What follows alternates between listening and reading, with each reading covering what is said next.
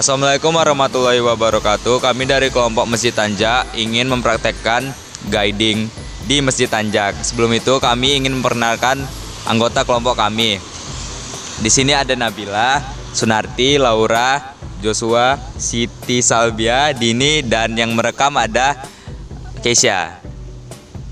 Selamat siang Bapak dan Ibu. Bagaimana kabar kalian hari ini? Apakah kalian sudah siap untuk menjelajahi keindahan dari Masjid Tanjak ini? Baik, selanjutnya saya akan menyerahkan semuanya kepada tour guide kita. Oke, selamat siang Bapak Ibu. Saya Joshua akan menjadi tour guide Bapak dan Ibu selama 1 jam ke depan. Mari kita naik ke atas.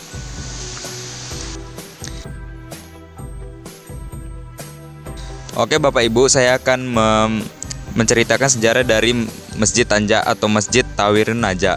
Masjid Tanwirun Najak atau biasa disebut dengan Masjid Tanjak, masjid yang diinisiasi oleh Kepala BP Batam Muhammad Rudi tersebut menjadi primadona dan dijadikan warga kota Batam sebagai lokasi favorit.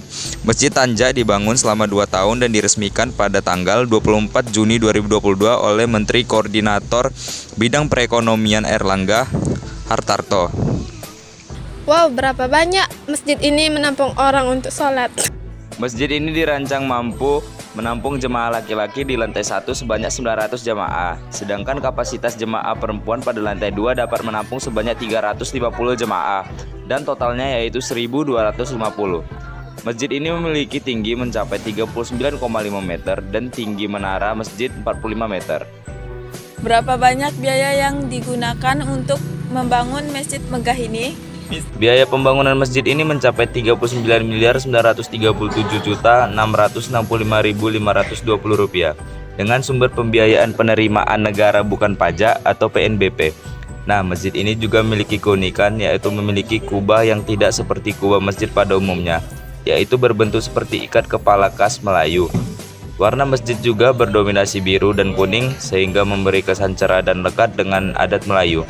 Keunikan selanjutnya adalah di depan Masjid Tanjak Batam ini terdapat Tugu Elang yang menjadi ikonik kawasan bandara. Terlebih kawasan masjid juga dilengkapi beragam taman dan kolam air.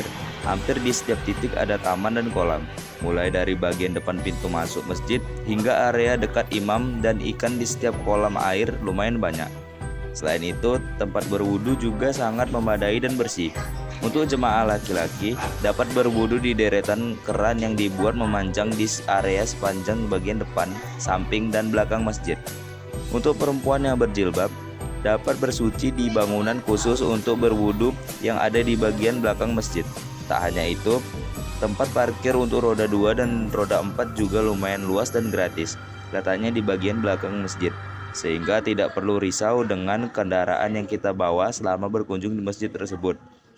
Untuk para perempuan yang tidak ingin sholat di Masjid Tanjak dan lupa membawa mukena, bisa menggunakan mukena yang disiapkan pihak masjid. Ada cukup banyak mukena yang ditempatkan di tempat khusus berkaca yang bisa digunakan pengunjung. Mukenanya bersih dan tidak bau. Wah, banyak sekali biaya yang dikeluarkan. Iya, dan fasilitas ini sangat lengkap. Kita jadi betah di masjid ini. Sekarang kami memberikan waktu 10 menit kepada Bapak dan Ibu untuk menikmati keindahan masjid, berfoto, atau mungkin Bapak dan Ibu perlu pergi ke toilet. Nah, toilet ada di sebelah kanan saya.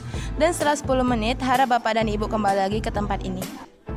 Your tattoos are golden grill that makes me feel this way.